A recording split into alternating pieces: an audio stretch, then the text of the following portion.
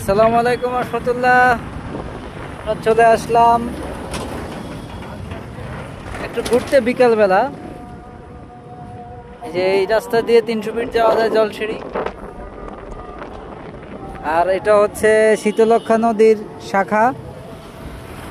আমরা আছি আমরা স্টাফ কোয়ার্টারের ভিতর দিয়ে চনপাড়া। এটা হচ্ছে চনপাড়া ব্রিজ। আশেপাশে এলাকাটা দেখাচ্ছি, দেখে চনপাড়া ব্রিজ এলাকাটা খুব সুন্দর। আজকে আকাশের ওয়েদারটাও খুব সুন্দর। আমার সাথে আছে রবিন ভাই। আমরা দুই ভাই আজকে ঘুরতে আসলাম চনপাড়া ব্রিজে। গরম লাগতেছে, তাই ব্রিজের উপর আসলাম।